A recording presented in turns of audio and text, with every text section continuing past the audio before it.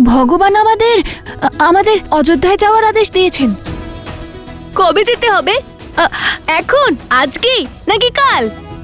অতি শীঘ্র। ওখানে অশ্বমেধ যজ্ঞ শুরু হতে চলেছে। ওখানে বিভিন্ন রাজ্যের রাজা, মহারাজা আর ঋষিগণের সঙ্গে সাক্ষাৎকারের সুযোগ পাবে। আয়ুষ্মান ভব। আমরা আমরা অযোধ্যায় যাব, আমরা অযোধ্যায় যাব, আমরা অযোধ্যায় যাব। প্রভু শ্রীরাম আর মাতা সীতার সঙ্গে দেখা করতে। আমরা অযোধ্যায় যাব। কোথায় যাচ্ছ তোমরা দুজন? আরে অযোধ্যা। প্রভু শ্রীরাম, মাতা সীতা, অযোধ্যা। বনদেবী আসলে সীতা। আমরা আসছি। না, অযোধ্যার মহারানী হিসাবে মিথিলা কুমারী ছাড়া অন্য কাউকে স্বীকার করব না। হ্যাঁ, তুমি একদম ঠিক বলেছো। আমাদের মহারানী একমাত্র দেবী সীতাই। হ্যাঁ হ্যাঁ, দেবী সীতা। মহারানী সীতার জয়। মহারানী সীতার জয়। মহারানী সীতার জয়। মহারানী সীতার জয়।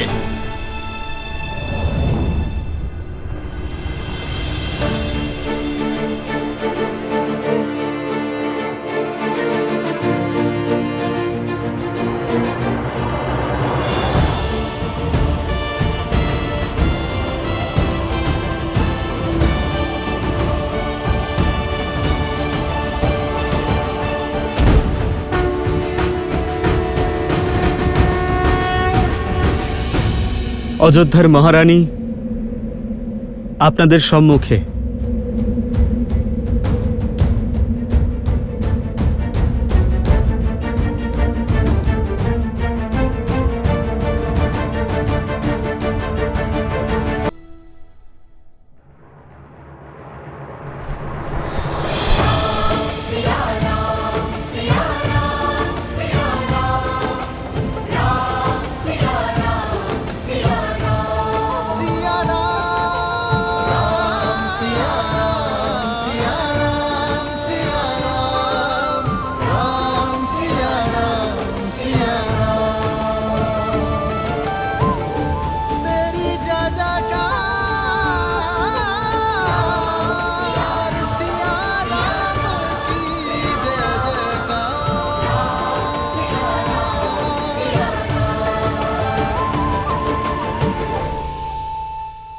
কর্ম, শব্দ আর মন, এই তিনটি মানব জীবনের অভিন্ন অঙ্গ।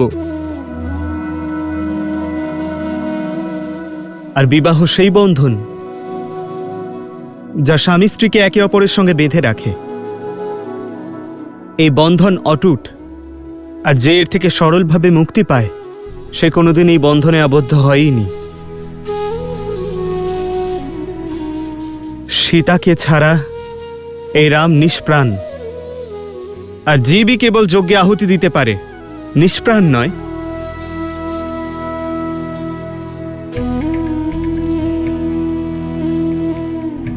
আমার সীতা আমার থেকে দূরে থাকলেও কিন্তু যদি মন এক হয় তবে শরীরের দূরত্ব অর্থহীন। কিছু না বললেও স্বামী স্ত্রী শব্দ এবং কর্মের সঙ্গে জুড়ে যায়। আমার সীতার ওপর সম্পূর্ণ বিশ্বাস আছে যে আমার সীতা যেখানেই থাকুক না কেন ও এই অশ্বমেধ যজ্ঞে আহুতি অবশ্যই দেবে। সেই জন্য আমি আমার সীতার স্থান অন্য কাউকে দিতে পারবো না।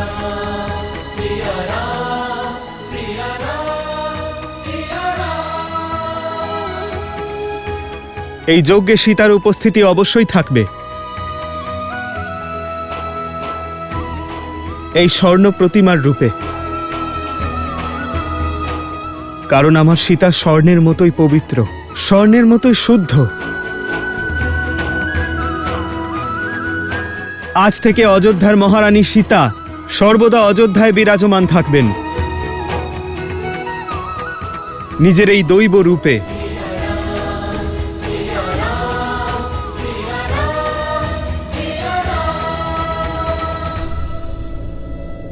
এবার আপনারা সকলে নিশ্চিত করুন যে আমি এই যজ্ঞে আহুতি দেবার পাত্র নাকি নয়?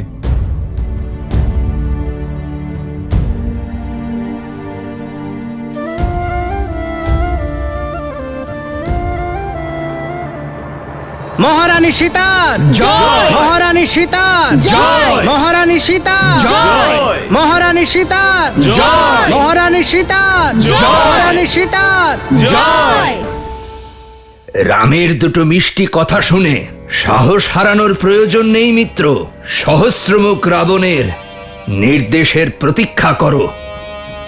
এই সমস্যার সমাধান ওনার কাছেই আছে। ধন্য আমি আপনার মতো শিষ্য পেয়ে রাজন। আপনার সিদ্ধান্ত শাস্ত্রবিধি অনুযায়ী যথোচিত।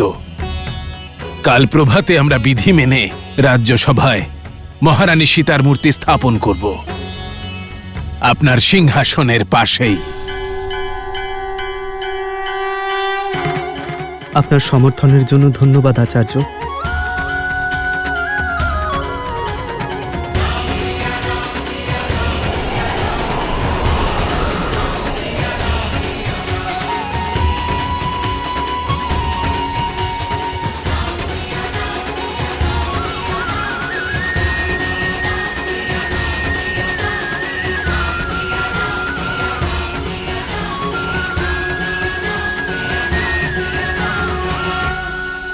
মনে রেখো পুত্র,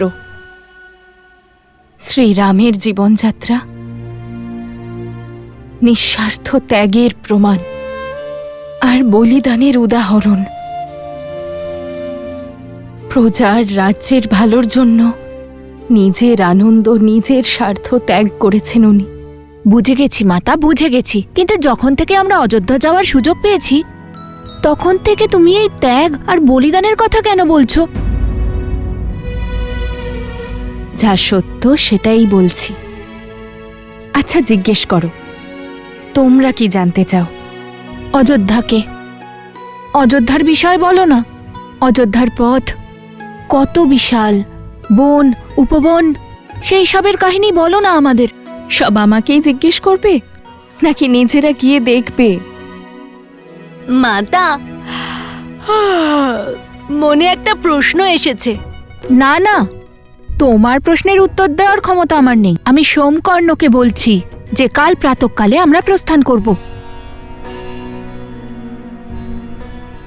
মিথিলা থেকে ফিরে আসার পর থেকেই একটা প্রশ্ন মনের মধ্যে ঘুরছে যে মহারানী সীতা, না না, মাতা সীতা শ্রীরামের সাথে যদি বনে না যেতেন, তাহলে লঙ্কা পর্ব কোনোদিনও হতোই না।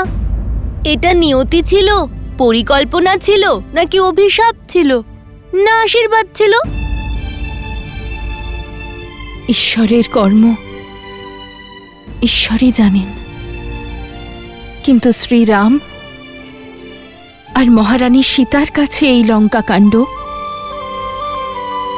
ওনাদের ভালোবাসার প্রমাণ ছিল। মানব জীবনে প্রতি মুহূর্তে কোনো না কোনো ঘটনা ঘটতেই থাকে, কিন্তু স্বামী স্ত্রী সেই পরিস্থিতিতে নিজেদের পরাক্রম, নিজেদের ভালোবাসার কোন সীমা পর্যন্ত যায়, সেটাই ওদের পরস্পরের সম্পর্কের শক্তি আর সম্পর্কের প্রমাণ। অর্থাৎ শ্রীরামের মহানুভবতায় ওনার স্ত্রী মহারানী সীতারও সমান অবদান রয়েছে। এতদিন শুধু প্রভুর দর্শনের জন্যই উদ্গ্রীব ছিলাম, কিন্তু এখন অযোধ্যায় গিয়ে মাতা সীতাকেও দর্শন করতে চাই। শ্রীরাম আর মহারানী সীতা ভিন্ন তো নয় কুশ। শ্রীরামের দর্শনেই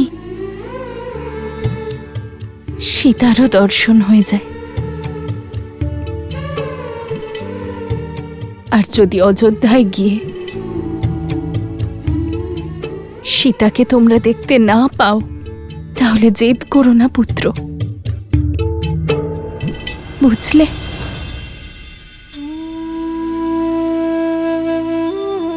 কুশ,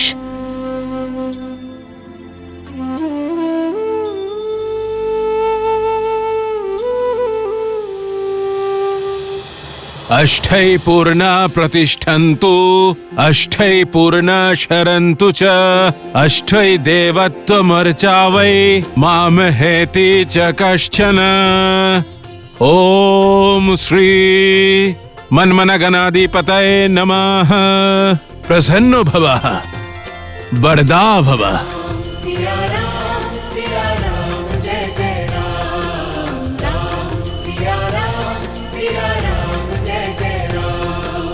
মহারানী সীতার মূর্তি স্থাপন সম্পন্ন হলো। সীতাপতি রামচন্দ্রের জয়।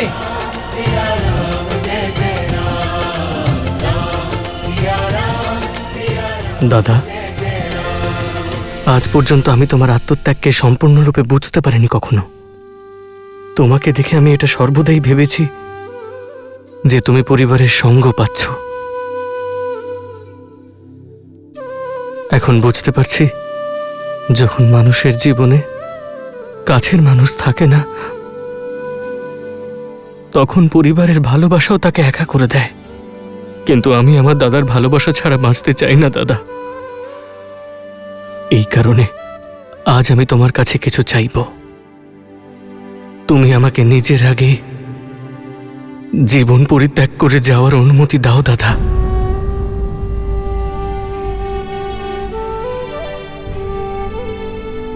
লক্ষণ,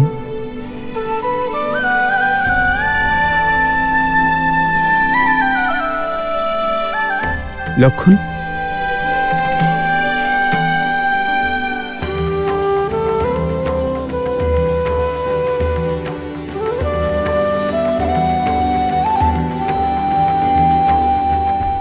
লক্ষণ, ত্যাগ আর সেবার সীমা অতিক্রম করেছ তুমি লক্ষণ।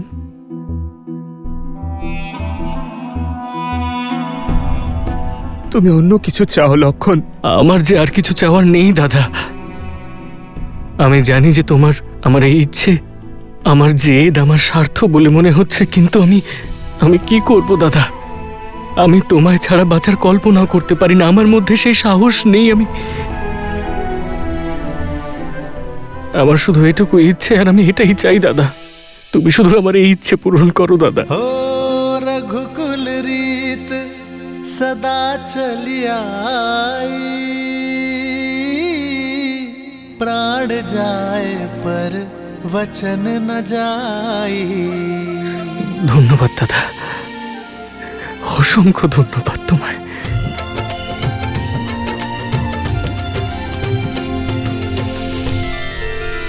মহারাজ, আমারও একটা ইচ্ছা আছে। আমার মনে সবসময় এই ভয়টা থাকে যে যদি নিজের সুখে নিজের দিদির ত্যাগ আর দুঃখকে ভুলে না যাই। সেই জন্য বনবাসে পরিহিত ওনার বস্ত্র আমি নিজের পূজার আসনে রেখে ওনার পূজা করতে চাই। দয়া করে ওই বস্ত্রটি আমায় দিন।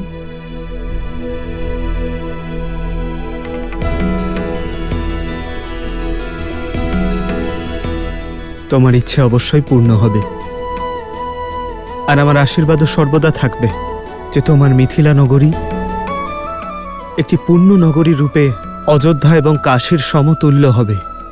ধন্যবাদ মহারাজ। ধন্যবাদ দাদা।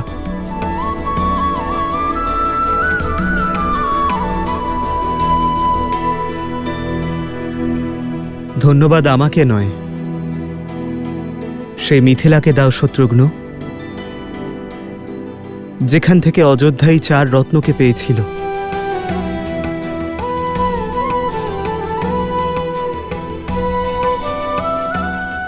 আর যাদের দ্যুতিতে আমাদের অযোধ্যা প্রেম এবং ভক্তির প্রকাশে স্নান করেছে।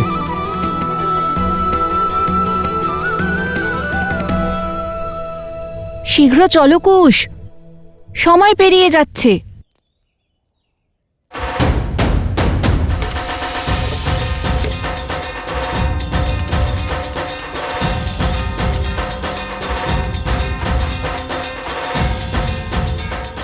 অবশেষে লবকুশের অযোধ্যায় যাওয়ার স্বপ্ন পূর্ণ হতে চলেছে। বাজাও।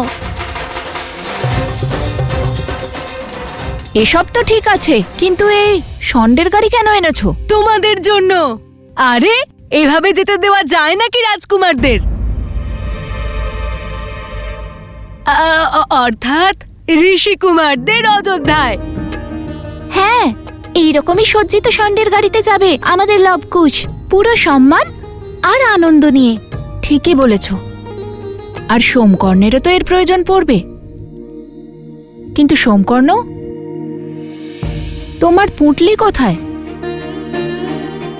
এখানে আছে।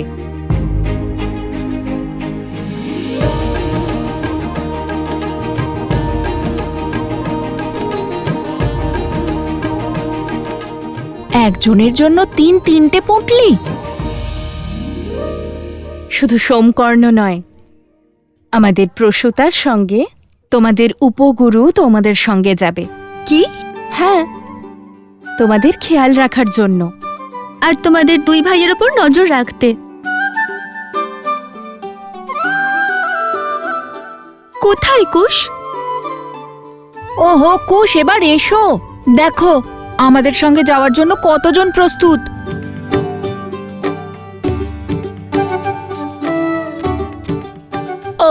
ক্ষমা করো, একটু বেশি সময় নিয়ে নিলাম।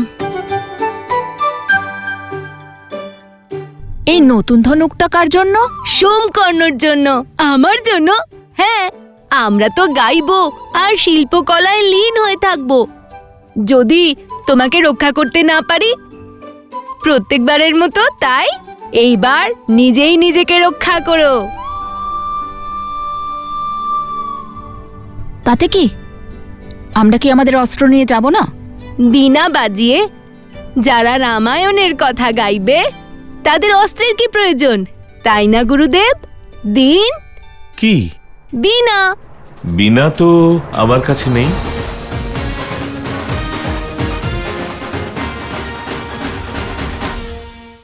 শ্রীরাম, আজ আপনার পুত্রেরা নিজ গৃহে নিজেদের রাজ্যে পদার্পণ করতে চলেছে। কিন্তু কত ভালো হতো যদি আমি আপনাকে বলতে পারতাম যে রঘুকুলের উত্তরাধিকারী অযোধ্যায় প্রবেশ করতে চলেছে। ওরা যদি সব সত্য জানতে পারে তাহলে। বিদেহ রাজ্য এবং তার রাজধানী মিথিলা শহরের রাজকুমারী হওয়ার কারণে মাতা সীতা বৈদেহী এবং মৈথিলী নামেও পরিচিত।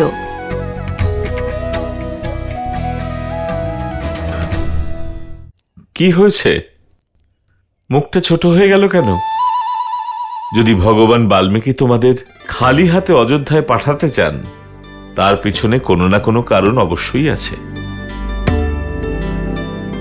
পুত্র, নিজেদের মনে বিশ্বাস নিয়ে এগিয়ে যাও। আমার পূর্ণ বিশ্বাস আছে যে তোমরা দুজন মিথিলার মতোই অযোধ্যায় গিয়ে সকলের মন জয় করবে। আর হ্যাঁ, এইবার মর্যাদার সীমা অতিক্রম করবে না। আমি প্রসূতার থেকে প্রতি মুহূর্তের সংবাদ নেব। কিন্তু বীণা তো পেলাম না, কিন্তু এখন এতজনের সুরক্ষার দায়িত্ব নিতে হলো। তোমার কথা এই পর্যন্ত শোনা যাচ্ছে। চলো, তোমার প্রশ্নের উত্তর যেতে যেতে দিচ্ছি।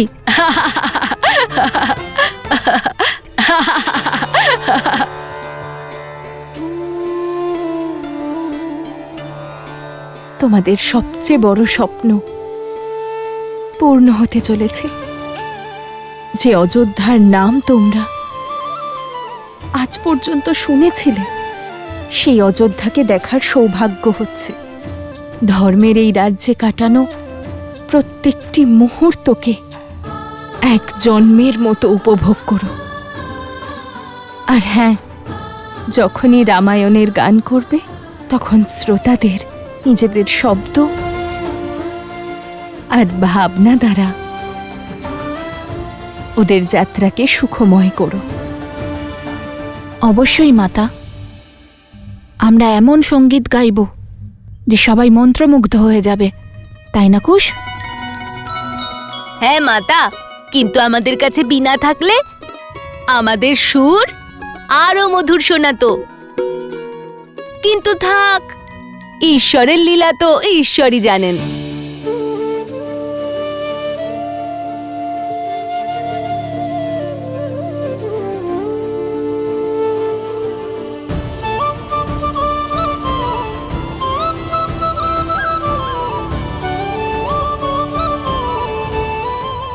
অনুমতি দাও মাতা। যশস্বী ভব পুত্র। এই নাও লাড্ডু খেয়ে নাও। কেউ বাঁচাও আমাদের, বাঁচাও, বাঁচাও আমাদের। আমার পুত্রদের সম্মুখে কোনো সংকট আসতে চলেছে ঋষিবর।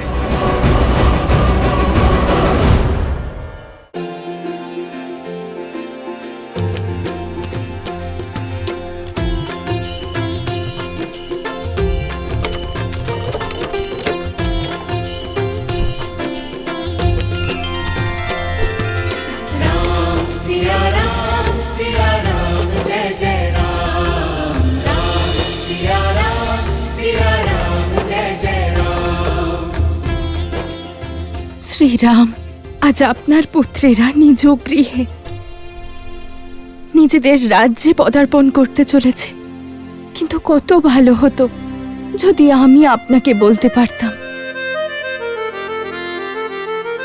যে রঘুকুলের উত্তরাধিকারী অযোধ্যায় প্রবেশ করতে চলেছে। কিন্তু জানি না কেন সুখের এই মুহূর্তে ভয় আমাকে ঘিরে ধরছে। ওরা যদি সব সত্য জানতে পারে তাহলে